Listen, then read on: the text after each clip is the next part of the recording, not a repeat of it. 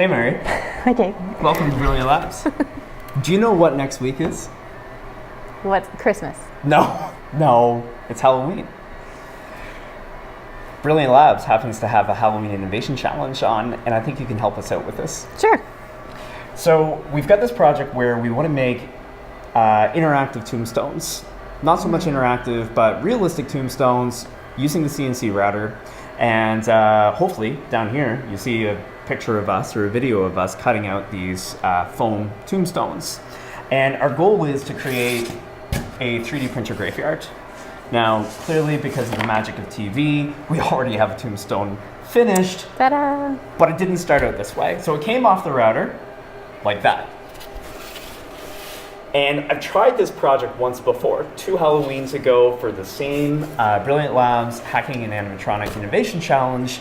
And I started to paint them, the foam broke down, and they were all just one color, nothing popped. And I'm really hoping that you can help us out with this. Yeah, definitely. So the important thing when working with foam is to use acrylic paint because otherwise it will melt the foam. Okay.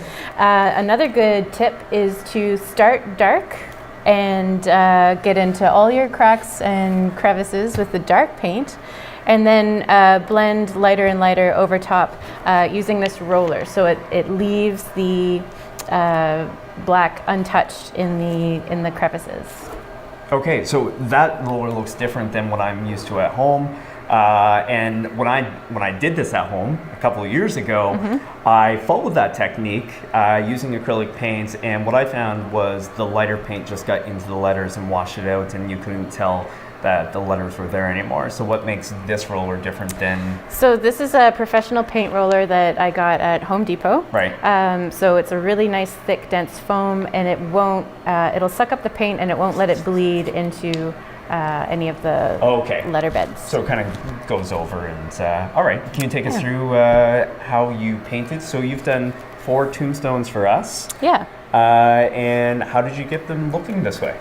So the first thing is with the foam, you got to make sure that you can get as much of the little bits out. So using a dry paintbrush, just get in all those cracks, get all the little fuzzies out as much as you can.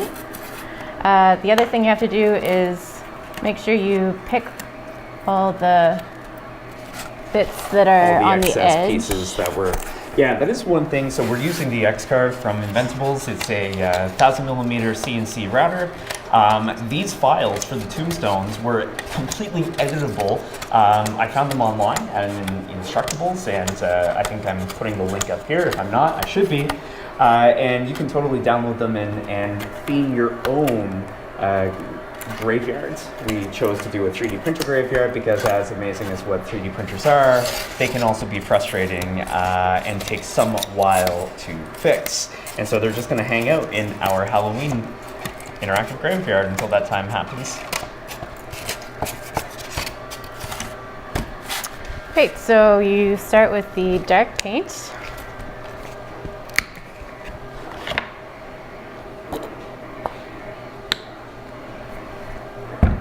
And find a paintbrush that fits down as far as the bottom of your letters go.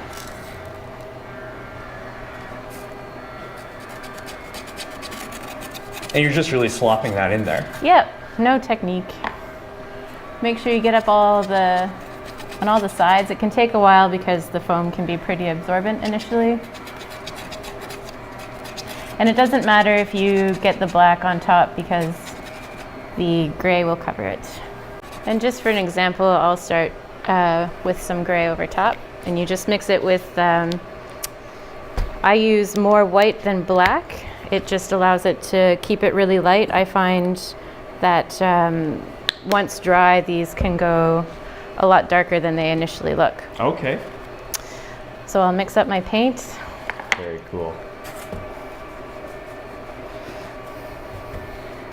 And so that's just an approximate ratio, so just more whites and... Yeah, you can experiment, and it's better to not even mix it the same each time because it gives the gray more variance and makes it look more stone-like. Oh, okay. And the benefit with the paints, if you have too much of one color, you can always just add in the other. Exactly. So this will just show you. Okay. What love the it how gray you over kind the of- black looks like.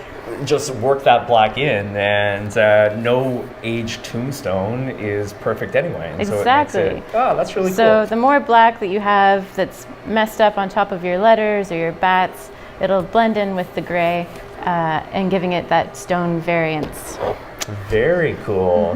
So hopefully, capitalizing on the magic of TV, we're going to speed this up and show a finished tombstone. We already have some tombstones around here, but I'm hoping that we can capitalize on your skills as an artist to bring these tombstones to life. Absolutely. So what we hope to do is put some servos, some LEDs inside, and add in some sensors so that when patrons to our 3D printer graveyards are walking by, they become interactive. I really love it. Well, listen, thank you very much for helping us out on this one, and I hope you stick around for a few more projects. Definitely. Thanks. For all you viewers who are thinking about putting in a submission to our innovation challenge for hacking Halloween and animating Halloween props, please do so. So just feel free to shoot us an email, and happy Halloween.